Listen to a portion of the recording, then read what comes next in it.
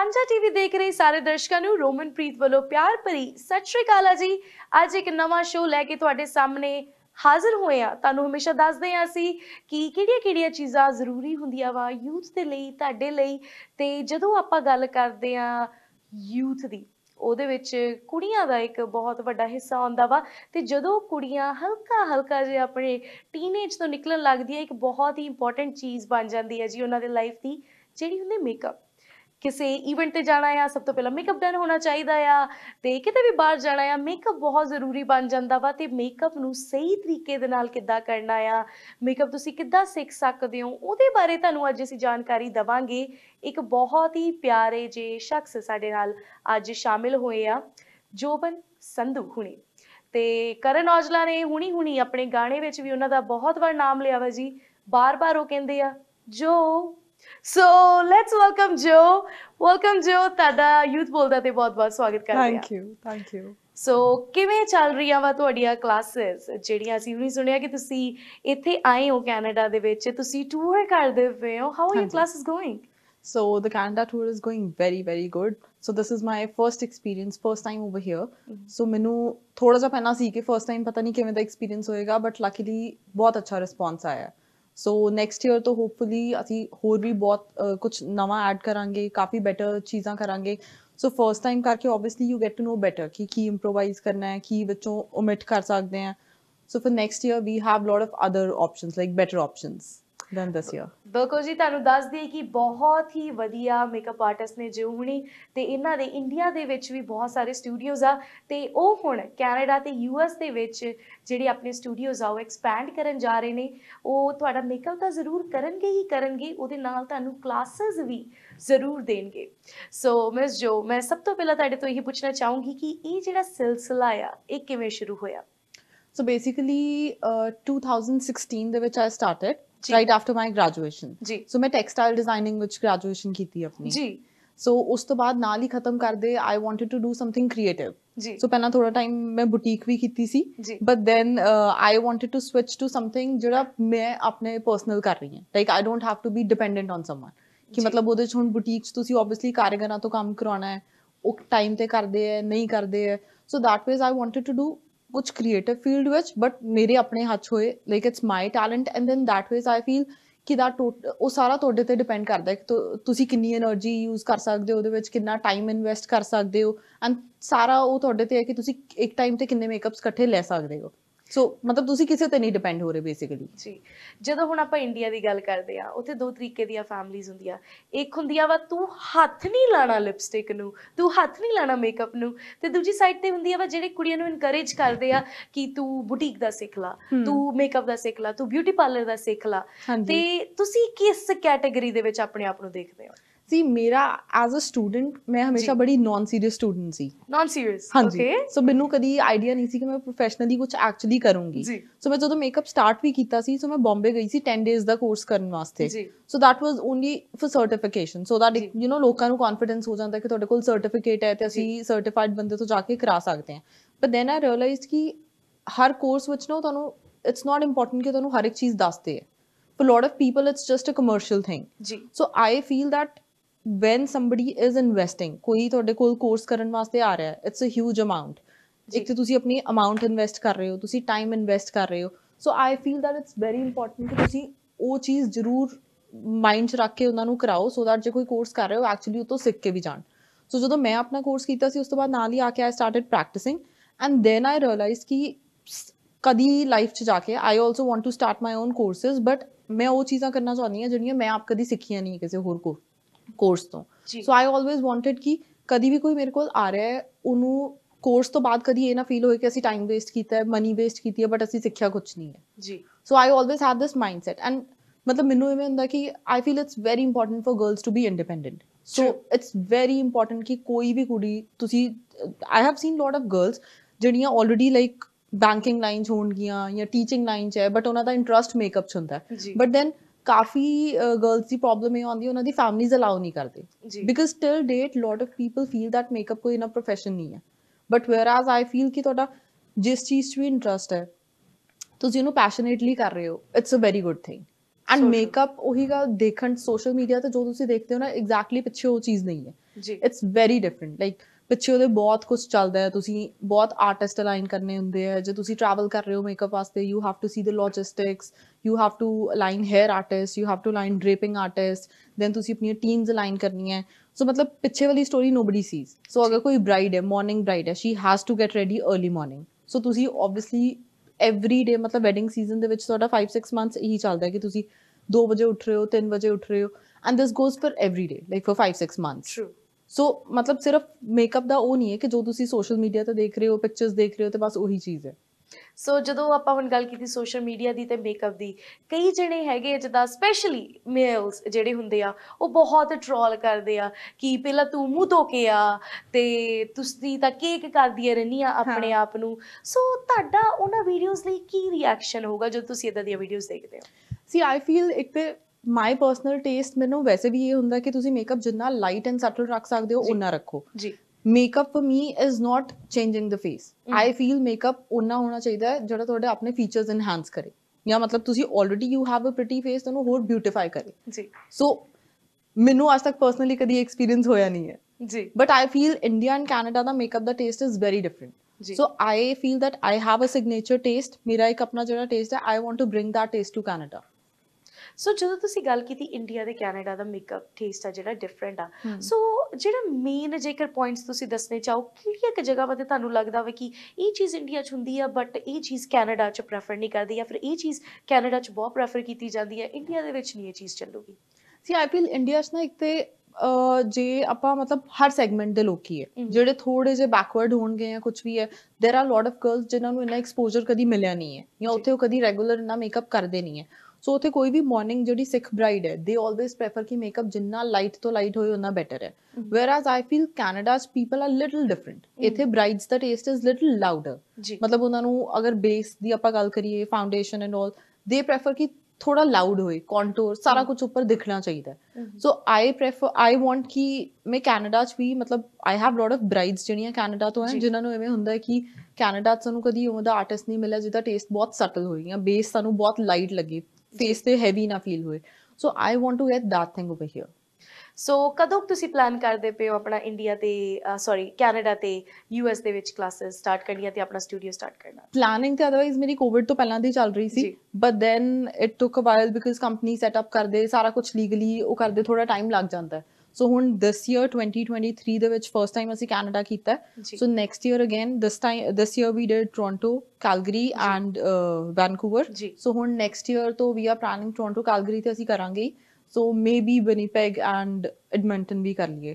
ਬਸ ਸਾਡਾ ਵੈਨਕੂਵਰ ਨਾ ਛੱਡਿਓ no Vancouver ਆਵਾਂਗੇ and then US also I'm planning next year for California like ਉੱਥੇ ਆਪਣੇ ਪੰਜਾਬੀਆਂ ਦੀ ਜਿਹੜੀ ਮਾਤਰਾ ਆ ਉਹ ਵੀ ਕਾਫੀ ਵੱਡੀ ਆ ਉਹਦੇ ਵਿੱਚ ਆਪਣਾ ਮਾਰਕੀਟ ਵੀ ਕਾਫੀ ਵਧੀਆ ਹੈਗੀ ਆ ਕੈਲੀਫੋਰਨੀਆ ਦੇ ਵਿੱਚ ਵੀ ਤੇ ਕਿਹੋ ਜਿਹਾ ਰਿਸਪੌਂਸ ਹਲੇ ਤੱਕ ਤੁਹਾਨੂੰ ਮਿਲਿਆ ਵਾ ਲੱਕੀਲੀ ਬਹੁਤ ਅੱਛਾ ਰਿਸਪੌਂਸ ਮਿਲਿਆ ਮਤਲਬ ਪੀਪਲ ਆਰ ਲਾਈਕਿੰਗ ਇਟ ਲੋਕਾਂ ਨੂੰ ਐਕਚੁਅਲੀ ਲੱਗ ਰਿਹਾ ਹੈ ਕਿ ਜੇ ਅਸੀਂ ਮੇਕਅਪ ਕਲਾਸ ਵਾਸਤੇ ਆ ਰਹੇ ਹਾਂ ਤਾਂ ਅਸੀਂ ਜੈਨੂਇਨਲੀ ਕੁਝ ਸਿੱਖ ਵੀ ਰਹੇ ਹਾਂ because I always have this policy ਕਿ ਅਗਰ ਕੋਈ ਆ ਰਿਹਾ ਚਾਹੇ ਤੁਸੀਂ ਮੈਨੂੰ 10 ਵਾਰੀ ਉਹ ਸੇਮ ਚੀਜ਼ ਪੁੱਛ ਲਓ ਬਟ ਤੁਸੀਂ ਕਲੈਰਿਟੀ ਨਾਲ ਵਾਪਸ ਜਾਓ ਉੱਥੋਂ ਸੋ ਜਿਹੜੀਆਂ ਤੁਹਾਡੀਆਂ ਮੇਕਅਪ ਕਲਾਸਿਸ ਹੁੰਦੀਆਂ ਵਾ ਇਹਦੇ ਵਿੱਚ ਕਿਹੜੀ ਚੀਜ਼ ਇਨਕਲੂਡਡ ਹੁੰਦੀ ਹੈ ਸੋ ਇਹਦੇ ਵਿੱਚ ਵੀ include makeup hair and everything so that ਅਗਰ ਕੋਈ ਵੀ ਸਿੱਖ ਕੇ ਜਾ ਰਿਹਾ ਉਹਨਾਂ ਵਾਸਤੇ ਉਹ ਕੰਪਲੀਟ ਚੀਜ਼ ਹੋਣੀ ਚਾਹੀਦੀ ਹੈ ਸੋ ਉਹਦੇ ਵਿੱਚ ਤੁਸੀਂ ਮੇਕਅਪ ਸਾਰਾ ਸਿਖਾਉਂਦੇ ਹੋ ਤੇ ਹੇਅਰ ਵੀ ਸਿਖਾਉਂਦੇ ਹੋ ਦਿਸ ਈਅਰ ਅੱਜ ਇਸ ਸਾਲ ਅਸੀਂ ਹੇਅਰ ਅਜੇ ਕੀਤਾ ਨਹੀਂ ਸੀ ਬਟ ਨੈਕਸਟ ਈਅਰ ਤੋਂ we are starting hair also ਤੇ ਆ ਫੁੱਲੀ ਸਰਟੀਫਾਈਡ ਹੁੰਦੇ ਆ ਜਿੰਨੇ ਵੀ ਕੋਰਸਸ ਹੁੰਦੇ ਆ ਫੁੱਲੀ ਸਰਟੀਫਾਈਡ ਪਲੱਸ ਨੈਕਸਟ ਈਅਰ ਤੋਂ ਵੀ ਆਰ ਸਟਾਰਟਿੰਗ ਕਿ ਉਹਨਾਂ ਨੂੰ ਅਸੀਂ ਮੇਕਅਪ ਕਿਟਸ ਵੀ ਆਪ ਬਣਾ ਕੇ ਦਈਏ ਸੋ ਜਿਹੜੇ ਬੱਚੇ ਆਉਂਦੇ ਆ ਉਹਨਾਂ ਨੂੰ ਹੁੰਦਾ ਵਾ ਕਿ ਜਦੋਂ ਤੁਸੀਂ ਗੱਲ ਕੀਤੀ ਹੋਣੀ ਮੇਕਅਪ ਕਿਟਸ ਦੀ ਸੋ ਮੇਕਅਪ ਕਿਟ ਦੇ ਵਿੱਚ ਕਿਹੜੀਆਂ ਬੇਸਿਕ ਚੀਜ਼ਾਂ ਵਾ ਜਿਹੜੀਆਂ ਹੁੰਦੀਆਂ ਹੀ ਹੁੰਦੀਆਂ ਸੀ ਬਹੁਤ ਲੋਕਾਂ ਨੂੰ ਨਾ ਇਸ ਚੀਜ਼ ਦੀ ਕਨਫਿਊਜ਼ਨ ਰਹਿੰਦੀ ਹੈ ਸੋ ਲੋਟ ਆਫ ਗਰਲਸ ਉਹਨਾਂ ਦਾ ਮੇਨ ਇਸ਼ੂ ਇਹ ਆਉਂਦਾ ਹੈ ਕਿ ਉਹ ਮੇਕਅਪ ਪ੍ਰੋਡਕਟਸ ਵਿੱਚ ਇਨਵੈਸਟ ਕਰ ਲੈਂਦੇ ਆ ਬਟ ਦੇ ਡੋਨਟ ਨੋ ਕਿ ਰਾਈਟ ਪ੍ਰੋਡਕਟਸ ਹੈ ਕਿਹੜੇ ਹੈ true that so I feel that ways it's very important ਉਹਨਾਂ ਨੂੰ ਉਸ ਚੀਜ਼ ਤੋਂ ਗਾਈਡ ਕਰਨਾ ਕਿ ਪਹਿਲਾਂ ਬੇਸਿਕ ਥੋੜੇ ਪ੍ਰੋਡਕਟਸ ਲੈਣੇ ਸਟਾਰਟ ਕਰੋ ਇਨਵੈਸਟ ਕਰੋ ਥੋੜੇ ਪ੍ਰੋਡਕਟਸ ਵਿੱਚ ਇੱਕ ਬੇਸਿਕ ਕਿਟ ਬਣਾਓ ਫਿਰ ਉਸ ਤੋਂ ਬਾਅਦ ਉਹਨੂੰ ਬਿਲਡ ਅਪ ਕਰ ਲਓ ਜਿਹੜੀ ਬੇਸਿਕ ਕਿਟ ਆ ਹੁਣ ਜਿੱਦਾਂ ਫੋਰ ਐਗਜ਼ਾਮਪਲ ਮੈਨੂੰ ਕੁਝ ਨਹੀਂ ਪਤਾ ਮੇਕਅਪ ਦਾ ਸੋ ਬੇਸਿਕ ਕਿਟ ਵਿੱਚ ਆਉਂਦਾ ਕਿ ਲਾਈਕ ਤੁਸੀਂ ਬੇਸਿਕ ਫਾਊਂਡੇਸ਼ਨਸ ਲੈ ਲਓ ਗੁੱਡ ਮੋਇਸਚਰਾਈਜ਼ਰ ਹੁਣ ਫਾਊਂਡੇਸ਼ਨ ਚ ਵੀ the difference is lot of ਬਹੁਤ ਲੋਕਾਂ ਨੂੰ ਇਹ ਨਹੀਂ ਆਈਡੀਆ ਹੁੰਦਾ ਕਿ ਕਿਹੜੀਆਂ ਟੋਨਸ ਲੈਣੀਆਂ ਸੋ ਆਈ ਗਾਈਡ them ਅਕੋਰਡਿੰਗਲੀ ਕਿ ਤੁਸੀਂ ਅਗਰ 5 ਟੋਨਸ ਟੋਟਲ 5 ਫਾਊਂਡੇਸ਼ਨਸ ਵਿੱਚ ਵੀ ਆਪਸ ਵਿੱਚ ਮਿਕਸ ਐਂਡ ਮੈਚ ਕਰਕੇ ਕਰ ਸਕਦੇ ਹੋ so why to go for 10 foundations because then you save that cost. ਉਹੀ ਤੁਸੀਂ 5 ਹੋਰ ਫਾਊਂਡੇਸ਼ਨਸ ਦੀ ਕੋਸਟ ਨਾਲ ਇੱਕ ਹੋਰ ਆਈ ਪੈਲਟ ਲੈ ਸਕਦੇ ਹੋ। That's true. ਜਿੱਦਾਂ ਹੁਣ ਤੁਸੀਂ ਕਿਹਾ ਤੁਸੀਂ ਪਰਸਨਲ ਗਰੂਮਿੰਗ ਦੀਆਂ ਵੀ ਕਲਾਸਿਸ ਦਿੰਦੇ ਹੋ, ਜਿਹਦੇ ਵਿੱਚ ਜੇਕਰ ਕਿਸੇ ਨੇ ਆਪਣੇ ਆਪ ਤੇ ਮੇਕਅਪ ਕਰਨਾ ਹੋਵੇ ਉਹ ਸਿੱਖ ਸਕਦੇ, ਕਿਉਂਕਿ ਐਵਰੀ ਡੇ ਅੱਜ ਕੱਲ੍ਹ ਹੁੰਦਾ ਹੀ ਆ ਕਿ ਛੋਟੀ ਜਿਹੀ ਪਾਰਟੀ ਹੈਗੀ ਜਾਂ ਫਿਰ ਇੱਥੇ ਜਾਣਾ ਆ, ਫਰੈਂਡਸ ਦੇ ਨਾਲ ਆਊਟਿੰਗ ਤੇ ਜਾਣਾ, ਸੋ ਫਟਾਫਟ ਜਿਹਾ ਮੇਕਅਪ ਜਿਹਾ ਕਰ ਲਓ। ਸੋ ਉਹਦੇ ਵਿੱਚ ਜਿੱਦਾਂ ਹੁਣ ਆਪਣੀਆਂ ਲਾਈਕ ਨਵੀਆਂ ਜਿਹੜੀਆਂ ਕੁੜੀਆਂ ਹੁੰਦੀਆਂ ਉਹ ਕਨਫਿਊਜ਼ ਹੋ ਜਾਂਦੀਆਂ ਵਾ, ਕਈ ਵਾਰ ਕੁਛ ਬਾਹਲਾ ਹੀ ਜ਼ਿਆਦਾ ਹੋ ਜਾਂਦਾ, ਕੁਛ ਬਾਹਲਾ ਹੀ ਘੱਟ ਹੋ ਜਾਂਦਾ। ਜੇਕਰ ਉਹਨਾਂ ਦੇ ਲਈ ਤੁਸੀਂ ਟਿਪਸ ਦੇਣੀਆਂ ਚਾਹੋ ਕਿ ਜਦੋਂ ਤੁਸੀਂ ਮੇਕਅਪ ਸਟਾਰਟ ਕਰਨਾ ਵਾ ਕਿਹੜੀਆਂ ਚੀਜ਼ਾਂ ਦਾ ਧਿਆਨ ਰੱਖਣਾ ਚਾਹੀਦਾ? See, I always feel ਕਿ ਕਦੀ ਵੀ ਕੋਈ ਚੀਜ਼ ਤੁਸੀਂ ਨਵੀਂ ਸਟਾਰਟ ਕਰ ਰਹੇ ਹੋ, ਜਾਂ ਹੁਣ ਜਿਵੇਂ ਨਾ ਬੜੀਆਂ ਬ੍ਰਾਈਡਸ ਦਾ ਵੀ ਮੈਂ ਦੇਖਿਆ ਨਾਰਮਲ ਰੂਟੀਨ ਚੋਂ ਮੇਕਅਪ ਕਰਦੇ ਆ, but I don't know wedding day ਤੇ they want to experiment something new which I don't understand. ਜੀ, ਜਿਹੜੀ ਚੀਜ਼ ਤੁਸੀਂ ਆਲਰੇਡੀ ਰੈਗੂਲਰ ਕਰ ਰਹੇ ਹੋ, ਤੁਸੀਂ ਆਪਣੇ ਆਪ ਨੂੰ ਉਹ ਚੀਜ਼ 'ਚ ਦੇਖਿਆ, ਤੁਸੀਂ ਮੇਨ ਡੇ ਤੇ ਕੋਈ ਆਪੋਜ਼ਿਟ ਚੀਜ਼ ਕਿਉਂ ਐਕਸਪੈਰੀਮੈਂਟ ਕਰਨਾ ਚਾਹੁੰਦੇ ਹੋ? So I feel even if it's your regular look, ਤੁਸੀਂ ਤਾਂ ਵੀ ਆਪਣੇ ਮੇਨ ਡੇ ਤੇ ਬ੍ਰਾਈਡਲ ਡੇ ਤੇ ਹਮੇਸ਼ਾ ਆਪਣੀ ਇੱਕ ਸਿਗਨੇਚਰ ਲੁੱਕ ਨਾਲ ਹੀ ਸਟਿਕ ਕਰੋ। And otherwise for self grooming course also ਜਾਂ regular also, ਮੈਨੂੰ ਇਵੇਂ ਲੱਗਦਾ ਕਿ ਅੱਜ ਕੱਲ੍ਹ it's very important to look nice and presentable. And I feel ਹੁਣ ਅੱਜ ਕੱਲ੍ਹ jobs ਵੀ ਕਾਫੀ ਇਵੇਂ ਦੀਆਂ which demand for it. True that. ਸੋ ਕਾਫੀ ਲੋਕਾਂ ਨੂੰ ਇਹ ਇਸ਼ੂ ਆਉਂਦਾ ਕਿ ਉਹਨਾਂ ਨੂੰ ਮੇਕਅਪ ਕਰਨਾ ਆਉਂਦਾ ਹੈ, ਉਹਨਾਂ ਕੋਲ ਮੇਕਅਪ ਪ੍ਰੋਡਕਟਸ ਹੁੰਦੇ ਆ, ਬਟ ਉਹਨਾਂ ਨੂੰ ਪ੍ਰੋਪਰ ਟੈਕਨੀਕਸ ਨਹੀਂ ਪਤਾ ਹੁੰਦੀਆਂ। ਸੀ ਮੇਕਅਪ ਕਰਨਾ ਇਹ ਨਹੀਂ ਹੈ ਕਿ ਬਸ ਤੁਸੀਂ ਹੁਣੇ ਕਰ ਲਿਆ ਤੇ ਉਹ ਖਤਮ ਹੋ ਗਿਆ। ਮੇਕਅਪ ਇਜ਼ ਬੇਸਿਕਲੀ ਕਿ ਤੁਸੀਂ ਜੇ ਹੁਣੇ ਕੀਤਾ ਤੇ ਉਹ ਸਾਰਾ ਦਿਨ ਤੁਹਾਡਾ ਲਾਸਟ ਕਰ ਵੀ ਰਿਹਾ ਜਾਂ ਨਹੀਂ ਕਰ ਰਿਹਾ। ਕਿਉਂਕਿ ਬ੍ਰਾਈਡਸ ਨੂੰ ਵੀ ਮੋਸਟਲੀ ਇਹ ਇਸ਼ੂ ਆਉਂਦਾ, ਬਿਕਾਜ਼ ਆਈ ਫੀਲ ਅੱਜ ਕੱਲ੍ਹ ਨਾ ਦੇਰ R lot of makeup artist, ਬਹੁਤ ਕੰਪੀਟੀਸ਼ਨ ਹੋ ਗਿਆ ਜੀ। But again the thing is always go for someone ਜਿਹਦਾ ਤੁਹਾਨੂੰ ਪਤਾ ਹੈ, word of mouth ਇੱਕ ਤੇ ਪਤਾ ਹੋਏ ਤੁਹਾਨੂੰ, and then you know ਕਿ ਇਹਦਾ ਮੇਕਅਪ ਕਿੰਨਾ ਟਾਈਮ ਲਾਸਟ ਕਰਦਾ। ਕਿਉਂਕਿ ਬ੍ਰਾਈਡਸ ਵਾਸਤੇ ਇਟਸ ਅ ਮੇਨ ਡੇ। ਸੋ ਮੈਂ ਬਹੁਤ ਬ੍ਰਾਈਡਸ ਦਾ ਦੇਖਿਆ ਆਨੰਦ ਕਾਰਜ ਤੋਂ ਬਾਅਦ, ਇਫ ਸਮਬਡੀ ਗੈਟਸ ਇਮੋਸ਼ਨਲ, ਉਹ ਥੋੜਾ ਜਿਹਾ ਰੋਏ, ਉਹਨਾਂ ਦਾ ਮੇਕਅਪ ਉੱਥੇ ਹੀ ਖਰਾਬ ਹੋ ਗਿਆ ਜਾਂ ਲੈਸ਼ਜ਼ ਉਤਰ ਗਈਆਂ ਜਾਂ ਕੁਝ ਵੀ। ਸੋ ਯੂ ਨੋ ਤੁਸੀਂ ਇੰਨਾ ਸਪੈਂਡ ਕਰ ਵੀ ਰਹੇ ਹੋ ਬ੍ਰਾਈਡਲ ਆਪਣੇ ਮੇਕਅਪ ਵਾਸਤੇ, ਆਰਟਿਸਟ ਨੂੰ ਪੇ ਵੀ ਕਰ ਰਹੇ ਹੋ, ਸੋ ਜੇ ਉਹ ਲਾਸਟ ਹੀ ਨਹੀਂ ਕਰ ਰਿਹਾ ਉਹਦਾ ਕੋਈ ਪੁਆਇੰਟ ਨਹੀਂ ਹੈ, because that is going to be your lifelong memories. So pictures ਵਿੱਚ ਉਹ ਹਮੇਸ਼ਾ ਚੀਜ਼ ਰਹੇਗੀ। ਜੀ ਬਿਲਕੁਲ ਸਹੀ ਗੱਲ ਹੈ ਜੀ। ਮੇਰੀ ਫਰੈਂਡ ਦੀ ਜਿੱਦਾਂ ਉਹਦਾ ਵਿਆਹ ਆ ਰਿਹਾ ਵਾ, ਸੋ ਅਸੀਂ ਇੱਕ ਦਿਨ ਉਹਦੇ ਬੈਠੇ ਸੀਗੇ, ਵੀ ਵਰ ਲਾਈਕ ਗੋਇੰਗ ਆਊਟ ਸਮਵੇਅਰ, ਤੇ ਅਸੀਂ ਮੇਕਅਪ ਜਿਹਾ ਕਰ ਲਿਆ ਤੇ ਉਹ ਹੀ ਉੱਦਾਂ ਹੀ ਕੋਈ ਗੱਲ ਜੀ ਕਰਨ ਲੱਗ ਗਈ ਤੇ ਮੇਰੀ ਅੱਖਾਂ 'ਚ ਨਾ ਪਾਣੀ ਜਿਹਾ ਆਉਣ ਲੱਗ ਗਿਆ, ਸਮਥਿੰਗ ਵਾਸ ਲਾਈਕ ਇਮੋਸ਼ਨਲ ਜਿਹਾ। ਮੈਂ ਅੱਖਾਂ ਜਿਹਾ ਇੱਦਾਂ ਉੱਪਰ ਕਰਕੇ ਮੈਂ ਰੋਣਾ ਨਹੀਂ, ਮੇਰਾ ਮੇਕਅਪ ਖਰਾਬ ਹੋ ਜਾਣਾ। ਬਾਅਦ 'ਚ ਫਿਰ ਅਸੀਂ ਉਹਨੂੰ ਅਸੀਂ ਕਿਹਾ ਤੂੰ ਲਾਈਕ ਆਪਣਾ ਵਿਆਹ ਵਾਲੇ ਦਿਨ ਵੀ ਇੱਦਾਂ ਹੀ ਕਰੂਗੀ ਕਿ ਲਾਈਕ ਉੱਪਰ ਨੂੰ ਮੂੰਹ ਕਰਕੇ ਕਿ ਪਾਣੀ ਨਾ ਡਿੱਗ ਜਾਵੇ। ਬਿਕੋਜ਼ ਹੁਣ ਤਾਂ ਕਾਫੀ ਮੇਕਅਪ ਆ ਰਹੇ ਜਿਹੜੇ ਵਾਟਰ ਪ੍ਰੂਫ ਵੀ ਹੁੰਦੇ ਆ, ਬਟ ਕਿੰਨਾ ਕਿ ਤੁਹਾਨੂੰ ਇਸ ਚੀਜ਼ ਤੇ ਐਕਸਪੀਰੀਅੰਸ ਲਿਆ ਵਾ ਜਦੋਂ ਤੁਸੀਂ ਨਹੀਂ ਵੀ ਮੇਕਅਪ ਨਹੀਂ ਵੀ ਕਰਦੇ ਸੀਗੇ ਕਿ ਬ੍ਰਾਈਡਸ ਦਾ ਸਾਰਾ ਮੇਕਅਪ ਆ ਜਿਹੜਾ ਉਹ ਖਰਾਬ ਹੋ ਗਿਆ? ਸੀ ਜਦੋਂ ਮੈਂ ਨਹੀਂ ਕਰਦੀ ਸੀ ਉਦੋਂ ਤੇ ਚਲੋ it was a very different thing, ਉਦੋਂ ਮੈਨੂੰ ਵੀ ਇੰਨੀ ਟੈਕਨੀਕਲ ਨੌਲੇਜ ਹੈ ਨਹੀਂ ਸੀ। ਸੀ ਆਈ ਫੀਲ ਮੇਕਅਪ ਦਾ ਨਾ it all comes with experience. So ਹੁਣ ਵੀ ਟਿਲ ਡੇਟ ਕਈ ਵਾਰੀ ਮੈਨੂੰ ਇਵੇਂ ਲੱਗਦਾ ਕੋਈ ਬ੍ਰਾਈਡ ਦਾ ਮੈਂ ਮੇਕਅਪ ਕੀਤਾ ਹੈ ਕੁਝ ਵੀ ਹੈ, ਆਫਟਰ ਐਵਰੀ ਮੇਕਅਪ ਆਈ ਲਰਨ ਸਮਥਿੰਗ ਨਿਊ, ਜਾਂ ਕੋਈ ਚੀਜ਼ ਕਰਦੇ ਕਰਦੇ ਮੈਨੂੰ ਨਹੀਂ ਠੀਕ ਲੱਗ ਰਹੀ, ਸੋ ਨੈਕਸਟ ਮੇਕਅਪ ਵਾਸਤੇ ਆਈ ਆਲਵੇਜ਼ ਲਰਨ ਦੈਟ ਕਿ ਉਹ ਵਾਲੇ ਪਿਛਲੇ ਮੇਕਅਪ 'ਚ ਇਹ ਚੀਜ਼ ਠੀਕ ਨਹੀਂ ਸੀ, ਸੋ ਮੇਬੀ ਮੈਂ ਉੱਤੇ ਇੱਦਾਂ ਇੰਪਰੂਵ ਕਰ ਸਕਦੀ ਹਾਂ ਜੀ। ਬਾਕੀ ਆਈ ਫੀਲ ਅਦਰਵਾਈਜ਼ ਆਲਸੋ ਨਾ ਹਮੇਸ਼ਾ ਓਨਾ ਕੁ ਕਰੋ ਜਿੰਨਾ ਤੁਹਾਨੂੰ ਸੂਟ ਕਰ ਰਿਹਾ। ਟਰੂ, ਲਾਈਕ ਡਿਜ਼ਾਸਟਰ ਕਰਨ ਨਾਲੋਂ ਬੈਟਰ ਹੈ ਤੁਸੀਂ ਥੋੜਾ ਕਰ ਲਓ। ਬਿਲਕੁਲ ਸਹੀ ਗੱਲ ਹੈ ਜੀ। ਤੇ ਜਿੱਦਾਂ ਹੁਣ ਤੁਸੀਂ ਕਿਹਾ ਕਿ ਇੱਕ ਤਾਂ ਤੁਸੀਂ ਕੋਰਸਿਸ ਵੀ ਦਓਗੇ ਤੇ ਨਾਲ ਤੁਸੀਂ ਬ੍ਰਾਈਡਸ ਵੀ ਰੈਡੀ ਕਰਿਆ ਕਰੋਗੇ। ਸੋ ਜਦੋਂ ਬ੍ਰਾਈਡਸ ਰੈਡੀ ਕਰਨ ਦੀ ਗੱਲ ਆਉਂਦੀ ਆ ਉਹਦੇ ਵਿੱਚ ਕਿਹੜੀਆਂ ਚੀਜ਼ਾਂ ਦਾ ਤੁਸੀਂ ਜਿਹੜਾ ਖਾਸ ਧਿਆਨ ਰੱਖਦੇ ਹੋ? ਸੋ ਬ੍ਰਾਈਡਲ ਵਿੱਚ ਇੱਕ ਤੇ ਆਬਵੀਅਸਲੀ ਸੀ word of mouth matters a lot. ਤੁਸੀਂ ਇੱਕ ਵਾਰੀ ਕਿਸੇ ਨੂੰ ਇੱਕ ਸਰਵਿਸ ਡਿਲੀਵਰ ਕਰ ਰਹੇ ਹੋ, ਇਟਸ ਵੈਰੀ ਇੰਪੋਰਟੈਂਟ ਕਿ ਉਹ ਬੰਦਾ ਅੱਗੇ ਹੋਰ 4 ਜਣਿਆਂ ਨੂੰ ਵੀ ਤੁਹਾਡੇ ਗੁੱਡ ਰਿਵਿਊਜ਼ ਦੇ, so that you know you build up in that market, and for that you never compromise on your quality. So ਜੇ ਤੁਸੀਂ ਫੇਸ ਦੇ ਉੱਤੇ ਕੋਈ ਪ੍ਰੋਡਕਟ ਯੂਜ਼ ਕਰ ਰਹੇ ਹੋ ਐਂਡ ਤੁਸੀਂ ਇੱਕ ਸਪੈਸੀਫਿਕ ਅਮਾਊਂਟ ਚਾਰਜ ਕਰ ਰਹੇ ਹੋ, ਸੋ ਤੁਹਾਡੇ ਪ੍ਰੋਡਕਟਸ ਜ਼ਰੂਰ ਅੱਛੇ ਹੋਣੇ ਚਾਹੀਦੇ ਆ। ਤੁਸੀਂ ਆਪਣੇ ਕਲਾਇੰਟ ਨਾਲ ਕਦੀ ਵੀ ਇਹ ਚੀਜ਼ ਨਾ ਕਰੋ ਕਿ ਚਾਰਜ ਕਰਕੇ ਐਂਡ ਉਹਨਾਂ ਨੂੰ ਪ੍ਰੋਡਕਟਸ ਤੇ ਕੰਪਰੋਮਾਈਜ਼ ਕਰ ਦਿਓ। So your makeup products should be good, your quality should be good, your dealing should be very good. I feel dealing is very important because ਤੁਸੀਂ ਅਗਰ ਕਿਸੇ ਦੇ ਮੇਨ ਡੇ ਤੇ ਜਾ ਕੇ ਉਹਨਾਂ ਦਾ ਮੇਕਅਪ ਕਰ ਰਹੇ ਹੋ, they already have lot of emotions going on. So already ਉਹ ਬੰਦਾ ਇੰਨਾ confused state of mind 'ਚ ਹੁੰਦਾ ਹੈ ਕਿ ਉਹਨਾਂ ਨੂੰ there are lot of girls ਜਿਨ੍ਹਾਂ ਨੂੰ ਲਿਪਸਟਿਕ ਕਲਰ ਵੀ ਨਹੀਂ ਸਮਝ ਆ ਰਿਹਾ, ਡ੍ਰੇਪਿੰਗ ਨਹੀਂ ਸਮਝ ਆ ਰਿਹਾ। So basically see for us makeup artist ਸਾਡੇ ਲਈ ਇਹ ਰੋਜ਼ ਦਾ ਕੰਮ ਹੈ, but for a bride it's one special day. So you really need to understand ਕਿ ਤੁਸੀਂ ਉਹਨਾਂ ਨੂੰ ਕਿੰਨਾ ਕੰਫਰਟੇਬਲ ਕਰ ਰਹੇ ਹੋ। When you said draping ਕੀ ਹੁੰਦਾ ਵਾ ਜੇਕਰ ਤੁਸੀਂ ਐਕਸਪਲੇਨ ਕਰ ਸਕਦੇ? So draping is basically how you take the dupatta. Okay. Like how you finish the whole look. So ਉਹ ਵੀ ਮੇਕਅਪ ਆਰਟਿਸਟ ਦੇ ਹੱਥ ਦੇ ਵਿੱਚ ਹੁੰਦਾ ਉਹਨਾਂ ਨੇ ਕਿਹਾ? ਹਾਂਜੀ। See because ਅਗਰ ਅਸੀਂ ਮੇਕਅਪ ਕਰ ਰਹੇ ਹਾਂ so we have to complete the whole look also. So hair, makeup, outfit, jewellery, draping, ਉਹ ਸਾਰਾ ਕੁਝ ਇਕੱਠਾ ਬਹੁਤ ਮੈਟਰ ਕਰਦਾ ਹੈ। ਸੋ ਲਾਈਕ ਤੁਸੀਂ ਆਪਣੇ ਜਿਹੜੀਆਂ ਬ੍ਰਾਈਡਸ ਆਉਂਦੀਆਂ ਵਾ, ਜਿੱਦਾਂ ਉਹ ਕਹਿੰਦੀਆਂ ਵਾ ਕਿ ਮੈਨੂੰ ਇਦਾਂ ਦੀ ਚੀਜ਼ ਚਾਹੀਦੀ ਹੈ ਜਾਂ ਇਹ ਕਰ ਦਿਓ, ਸਮਟਾਈਮਸ ਯੂ ਫੀਲ ਲਾਈਕ ਕਿ ਨਹੀਂ ਇਹ ਤੇ ਲਾਈਕ ਜੇਕਰ ਇਹਨੇ ਵਾਲ ਖੁੱਲੇ ਛੱਡੇ ਇਹ ਤੋਂ ਬੈਟਰ ਇਹਦੇ ਜੂੜਾ ਲੱਗੂਗਾ, ਸੋ ਡੂ ਯੂ ਗਾਈਡ them ਕਿ ਤੁਸੀਂ ਇਹਦੀ ਜਗ੍ਹਾ ਤੇ ਤੁਸੀਂ ਇਹ ਕਰੋ ਬੈਟਰ ਲੱਗੂਗਾ? I always guide them and that way I'm very flexible. ਸੋ ਮੈਨੂੰ ਹਮੇਸ਼ਾ ਇਹ ਹੁੰਦਾ ਕਿ ਤੁਸੀਂ ਮੈਨੂੰ ਆਪਣੀ ਚੋਇਸਸ ਦੱਸ ਦਿਓ ਕਿ ਤੁਸੀਂ ਕੀ ਚਾਹੁੰਦੇ ਹੋ ਐਂਡ ਕਿਹੜੀ ਚੀਜ਼ ਤੁਹਾਨੂੰ ਨਹੀਂ ਪਸੰਦ, ਦੈਨ ਉਹਦੇ ਅਕੋਰਡਿੰਗਲੀ ਆਈ ਫਿਗਰ ਆਊਟ ਕਿ ਓਕੇ ਇਹ ਚੀਜ਼ ਐਕਚੁਅਲੀ ਸੂਟ ਕਰੇਗੀ ਜਾਂ ਨਹੀਂ ਕਰੇਗੀ। ਸੋ ਜਿਹੜਾ ਤੁਹਾਡਾ ਇੰਡੀਆ ਦੇ ਵਿੱਚ ਸਟੂਡੀਓ ਆ ਕਿੱਥੇ ਬੇਸਡ ਆ? ਇਟਸ ਇਨ ਮੋਹਾਲੀ ਦੇ ਵਿੱਚ। ਸੋ ਤੁਸੀਂ ਕੋਰ ਦੇ ਵਿੱਚ ਹੀ ਵਸਦੇ ਹੋ? ਹਾਂਜੀ।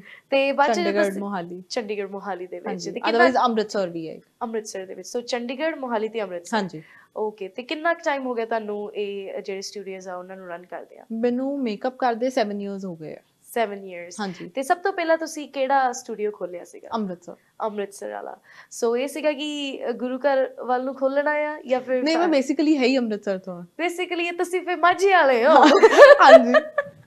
ਬਿਲਕੁਲ। ਤੇ ਫੈਮਿਲੀ ਦੀ ਕਿੱਦਾਂ ਸਪੋਰਟ ਰਹੀ ਤੁਹਾਨੂੰ? See, family ਦਾ ਨਾ again you really need to prove yourself. So ਕਦੀ ਵੀ ਕੋਈ ਵੀ ਜੇ ਤੁਹਾਨੂੰ ਕੋਈ ਸਪੋਰਟ ਕਰ ਰਿਹਾ so that way I feel ਮੈਨੂੰ ਮੇਰੇ ਹਸਬੰਡ ਦੀ ਸਪੋਰਟ ਹਮੇਸ਼ਾ ਬਹੁਤ ਜ਼ਿਆਦਾ ਰਹੀ ਹੈ। ਮੈਂ ਚਾਹੇ ਕਦੀ ਲੇਜ਼ੀ ਹੋ ਵੀ ਜਾਵਾਂ, so I just had a baby 6.5 months ago, Feb ਦੇ ਵਿੱਚ। Congratulations। Thank you। so ਉਦੋਂ ਵੀ ਲਾਈਕ obviously you know ਕਈ ਵਾਰੀ ਤੁਸੀਂ ਲੇਜ਼ੀ ਹੋ ਜਾਂਦੇ ਹੋ ਜਾਂ ਪੋਸਟਮਾਰਟਮ ਚੱਲ ਰਿਹਾ ਹੁੰਦਾ ਜਾਂ ਕੁਝ ਵੀ ਹੈ, but my husband always supported me.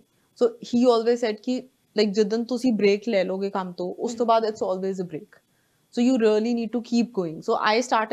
So after delivering her I started after 30 days. So ਫਿਰ 30 days ਤੋਂ ਬਾਅਦ ਮੈਂ ਕੰਮ ਸਟਾਰਟ ਕਰਤਾ ਸੀ and I always take her to work. So India ਵੀ ਹਮੇਸ਼ਾ ਮੈਂ ਆਪਣੇ ਬੇਬੀ ਨੂੰ ਨਾਲ ਲੈ ਕੇ ਜਾਂਦੀ ਸੀ and ਹੁਣ ਇੱਥੇ Canada we I've got her. That's sweet। ਤੇ ਤੁਹਾਡੀ ਟੀਮ ਫਿਰ ਕਾਫੀ ਸਪੋਰਟਿਵ ਹੋਊਗੀ? ਹਾਂਜੀ, everyone। ਜਿਹੜੀ ਤੁਹਾਡੀ ਟੀਮ ਹੈ ਉਹ ਕਿੰਨਾ ਕੁ ਰੋਲ ਪਲੇ ਕਰਦੀ ਆ? I feel ਤੁਸੀਂ ਕਦੀ ਵੀ ਕੋਈ ਵੀ ਚੀਜ਼ if you're reaching a height, if you're reaching a stage, ਤੁਸੀਂ ਕਦੀ ਵੀ ਇਕੱਲੇ ਨਹੀਂ ਕਰ ਸਕਦੇ। So everything, even ਜੇ ਹੁਣ ਅਸੀਂ ਕਲਾਸਿਸ ਵੀ ਇੱਥੇ ਕਰ ਰਹੇ ਹਾਂ, it requires a whole army। ਤੁਸੀਂ ਕਦੀ ਵੀ ਇਕੱਲੇ ਕੋਈ ਵੀ ਨਹੀਂ ਕੁਝ ਕਰ ਸਕਦੇ। ਸੋ ਤੁਹਾਨੂੰ ਟੀਮ ਦੀ ਸਪੋਰਟ ਬਹੁਤ ਇੰਪੋਰਟੈਂਟ ਹੈ। And then I feel team ਨਾਲ ਵੀ ਨਾ ਤੁਹਾਨੂੰ ਉਹ ਆਈਡੀਆ ਹੋਣਾ ਚਾਹੀਦਾ ਕਿ ਤੁਸੀਂ ਟੀਮ ਨੂੰ ਵੀ ਕਿੱਦਾਂ ਰੱਖਣਾ ਹੈ। Your team should never feel ਕਿ ਸਾਨੂੰ as a team ਅੱਜ ਇਵੈਂਟ ਵਾਸਤੇ ਯੂਜ਼ ਕਰ ਰਹੇ ਹਨ ਉਸ ਤੋਂ ਬਾਅਦ ਸਾਨੂੰ ਪੁੱਛ ਹੀ ਨਹੀਂ ਰਹੇ। ਸੋ ਜੇ ਤੁਸੀਂ ਗਰੋ ਕਰ ਰਹੇ ਹੋ ਤੁਹਾਡੀ ਟੀਮ ਵੀ ਨਾਲ ਗਰੋ ਕਰੇਗੀ ਤਾਂ ਹੀ ਤੁਸੀਂ ਹੋਰ ਜ਼ਿਆਦਾ ਗਰੋ ਕਰ ਸਕਦੇ ਹੋ। That's true। ਤੇ ਇੱਥੇ ਮੇਰੇ ਮਾਈਂਡ 'ਚ ਇੱਕ ਗੱਲ ਆਈ ਕਿ lot of people struggle with lipstick shades। ਤੁਸੀਂ ਇਹ ਗੱਲ ਪਹਿਲਾਂ ਵੀ ਕਹੀ ਸੀਗੀ।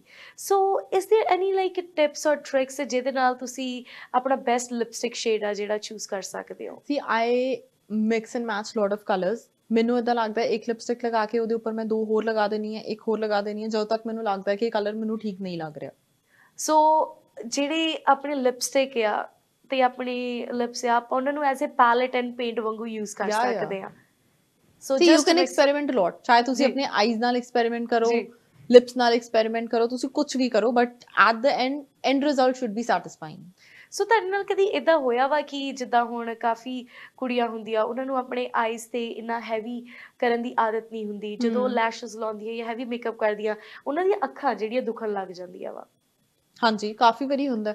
ਸੋ ਦੈਨ ਮੈਂ ਬੇਸਿਕਲੀ ਉਹੀ ਪਹਿਲਾਂ ਹੀ ਆਈ ਆਸਕ them ਕਿ ਤੁਹਾਨੂੰ ਕਿਹੜੀ ਚੀਜ਼ ਨਹੀਂ ਕੰਫਰਟੇਬਲ ਲੱਗ ਰਹੀ ਹੈ, ਕਿਹੜੀ ਕੰਫਰਟੇਬਲ ਲੱਗਦੀ ਆ। ਅਗਰ ਕਿਸੇ ਦੀ ਸੈਂਸਿਟਿਵ ਆਈਜ਼ ਹੈ ਸੋ ਆਬਵੀਅਸਲੀ ਤੁਸੀਂ ਉੱਤੇ ਆਈ ਮੇਕਅਪ ਦਾ ਬਹੁਤ ਜ਼ਿਆਦਾ ਐਕਸਪੈਰੀਮੈਂਟ ਨਹੀਂ ਕਰ ਸਕਦੇ।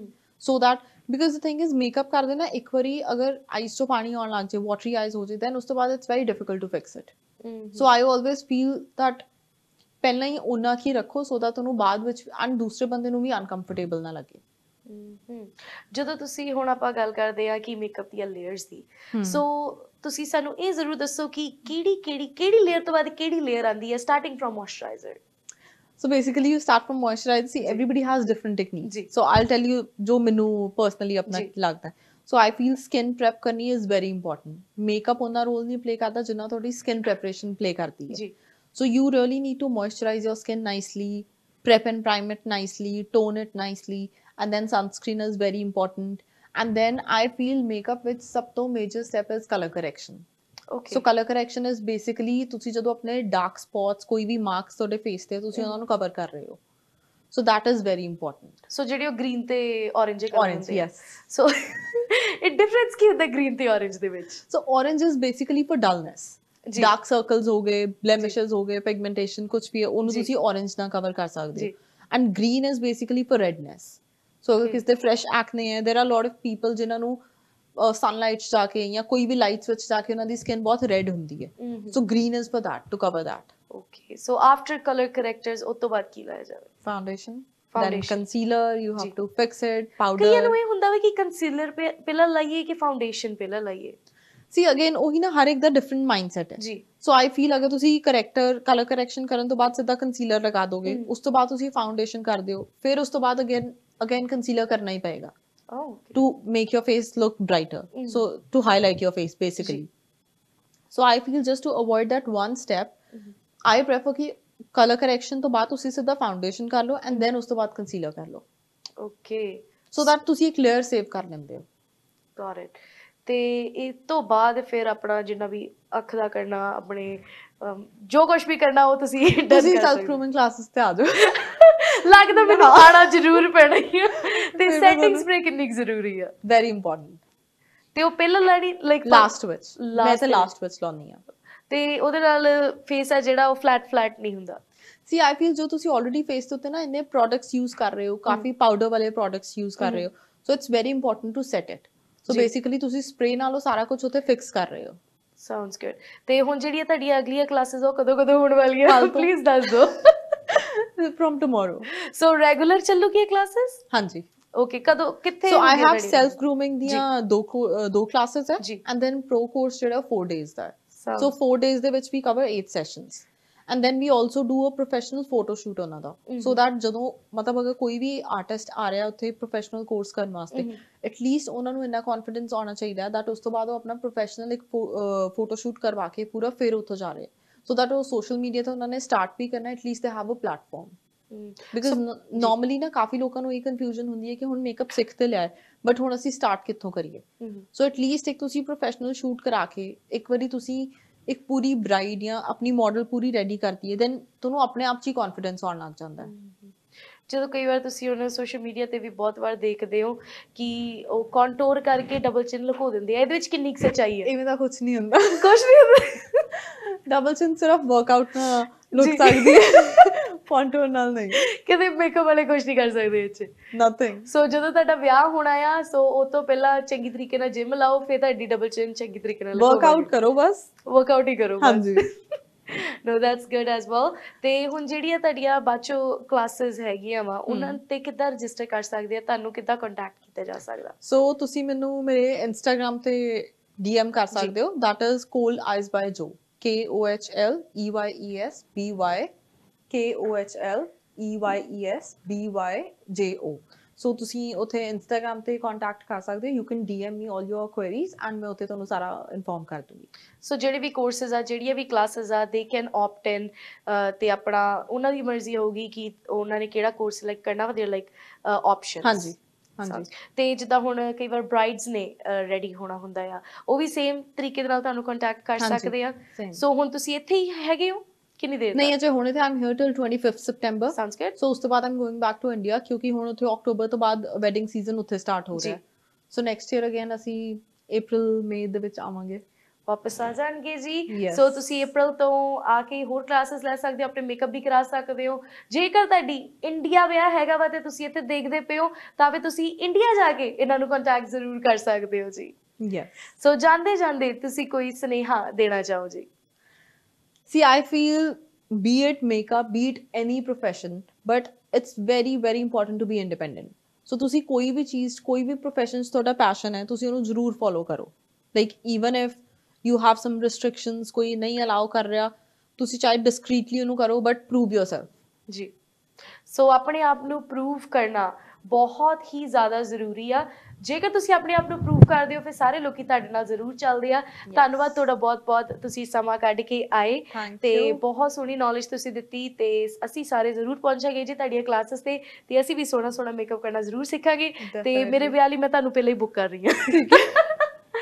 ਸੋ ਬਿਲਕੁਲ ਜੀ। ਤੇ ਹੁਣ ਇੱਥੇ ਹੀ ਸਮਾਂ ਸਾਨੂੰ ਹੋਰ ਇਜਾਜ਼ਤ ਨਹੀਂ ਦੇ ਰਿਹਾ, ਸਮਾਂ ਕਹਿ ਰਿਹਾ ਵਾ ਕਿ ਹੁਣ ਥੋੜੀ ਜੀ ਕਲੋਜ਼ਿੰਗ ਕਰ ਦਿੱਤੀ ਜਾਵੇ। ਸੋ ਸਾਰੇ ਜਣੇ ਜੇਕਰ ਤੁਸੀਂ ਮੇਕਅਪ ਸਿੱਖਣਾ ਚਾਹੁੰਦੇ ਹੋ ਜਾਂ ਫਿਰ ਤੁਹਾਡਾ ਵਿਆਹ ਸ਼ਾਦੀ ਆ ਰਹੀ ਆ, ਤੁਸੀਂ ਜੋ ਹੁਣਾਂ ਨੂੰ ਸੰਪਰਕ ਕਰ ਸਕਦੇ ਕੋਲਸ ਆਈ ਬਾਈ ਜੋ ਤੇ ਇੰਡੀਆ ਦੇ ਵਿੱਚ ਵੀ, ਕੈਨੇਡਾ ਦੇ ਵਿੱਚ ਵੀ ਜਲਦ ਹੀ ਤੇ ਯੂਐਸ ਦੇ ਵਿੱਚ ਵੀ ਬਹੁਤ ਜਲਦੀ, ਕੈਲੀਫੋਰਨੀਆ ਏਰੀਆ ਦੇ ਵਿੱਚ ਜੋ ਹੁਣੀ ਪਹੁੰਚਣਗੇ, ਆਪਣੀਆਂ ਕਲਾਸਿਸ ਵੀ ਦੇਣਗੇ ਤੇ ਮੇਕਅਪ ਵੀ ਕਰਨਗੇ। ਤੇ ਅੱਜ ਦੇ ਲਈ ਸਾਨੂੰ ਇੱਥੇ ਇਜਾਜ਼ਤ ਦਿਓ। ਧੰਨਵਾਦ।